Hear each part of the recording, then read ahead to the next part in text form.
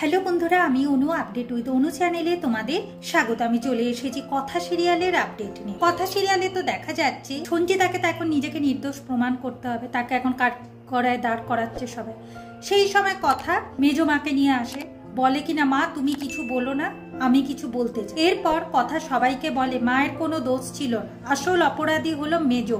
সবাই বলে মা তুমি যে কথাগুলো বলছো তার কি প্রমাণ আছে? কথা বলে প্রমাণ আমার কাছে আছে।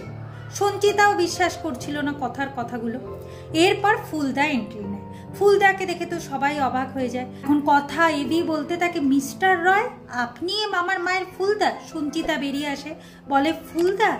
এরপর আমরা সঞ্চিতা সত্যিটা জানতে পারবো যে সেদিন কি হয়েছে। হ্যাঁ বন্ধুরা, সেদিন সঞ্চিতা মিষ্টি মেলায় পিঠেপুলির দোকান দিতে যাচ্ছিল, তবে মিষ্টি মেলায় পৌঁছাতে পারেনি। রাস্তায় দুর্ঘটনা হয় আর ওই দুর্ঘটনায় সে স্মৃতি হারিয়ে ফেলে। তারপর আর তার কিছু মনেই ছিল, ফুলদার কাছে পৌঁছাতেই পারেনি। তাহলে ফুলদার সাথে সে কিভাবে পালালো? এখন ফুলদার পরিচয় সবার সামনে আসছে যে সঞ্চিতার মা হলো ফুলদার ভিক্ষা। তাহলে সঞ্চিতা কে হয়? ফুলদার বোন হয়। আর তাছাড়া ফুলদা এখানে তো না, 12 পাস করার পর সে বাইরে চলে গেছিল।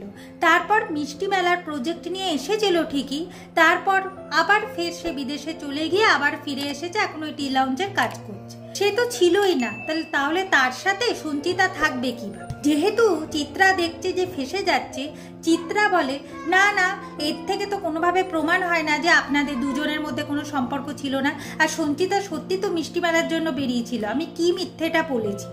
সঞ্চিতা বলে হ্যাঁ চিত্রা, আমি মিষ্টি মেলার জন্য বেরিয়েছিলাম, কিন্তু বাবার কথার অগ্রাহ্য করে আমি কোনো কাজ করতে চাইনি, আমি হেসেলও খুলতে চাইনি। আর ফুলদা আমার দাদা, আমার ওনার সাথে কোনো সম্পর্কই নেই, আমি ওনার কাছে যাইনি। তাহলে তুই আমার নামে এত বাজে বাজে কথা কেন রটালি? কেন আমাকে সবার সামনে ছোট করলি? আমাদের দুজনের মধ্যে শুধুমাত্র ভাই বোনের সম্পর্ক। এখন মিস্টার রয় ও সঞ্চিতার মাথায় হাত দিয়ে বলে আমাদের দুজনের মধ্যে শুধুমাত্র ভাই বোনের সম্পর্ক, আমাদের এই সম্পর্কটাকে কলুষিত করবেন না। জানেন আপনারা আমার বিদেশের বাড়িটাও এখনো অবধি 2 মায়ের নামে, তাহলে কেন এরকম করছে? এখন চিত্রা কি করবে? চিত্রা তো ফ্যাসাদে পড়ে গেছে। সত্যি তো চিত্রা যা যা বলেছে সবার সামনে বলেছে, সবাই তো সাক্ষী আছে, তাই সবাই বলে যে চিত্রা এটা ঠিক করেনি। সঞ্চিতাও চিত্রার কাছ থেকে জানতে চায় যে সে সঞ্চিতার নামে কেন এরকম মিথ্যে কথা বলেছে। সে কি পারবে এতগুলো বছর সঞ্চিতাকে ফিরিয়ে দিতে? এই ছোট ছেলেটাকে ছেড়ে সে কোথায় কোথায় না ঘুরেছে, পারবে ওই ছোট ছেলেটার কিশোর জীবন ফিরিয়ে দিতে? তার মাকে তার কাছে ফিরিয়ে দিতে পারবে না তো। চিত্রার কি শত্রুতা ছিল সঞ্চিতার সাথে?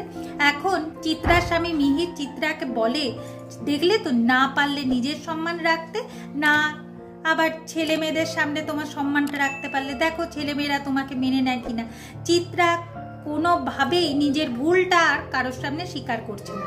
এভি এরপর স্বীকার করে যে কথা তাহলে আমাকে ঠিকই বলতো, কথা তোমার মুখোশ আগেই খুলে দেওয়ার চেষ্টা করেছিল, আমার কাছে তোমার নামে অনেক কিছু বলেছিল, আমি কথাকে বিশ্বাস করিনি, আমি ভুল করি। কেন করলে মেজমা? অর্ণা তো প্রথমে কোনোভাবেই বিশ্বাস করছিল না যে তার মা এই কাজটা করতে পারে, সে ভাবে কিনা যে তার মাকে ফাঁসানো হচ্ছে।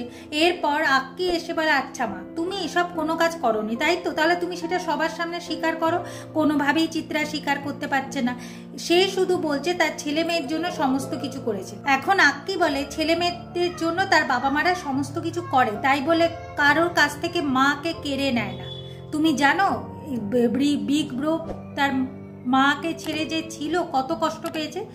আমরা তো আমাদের মা বাবাকে পেয়েছি, যখন তোমাদের সাথে আমাদের ঝগড়া হতো বিগ ব্রো এসে বুঝাতো যে মাদের সাথে এরকম ঝগড়া করতে নেই, তোদের তো মা আছে, আমার তো মাই নেই, আমার কতটা কষ্ট বসতো। আর তার সাথে তুমি এরকম করেছো।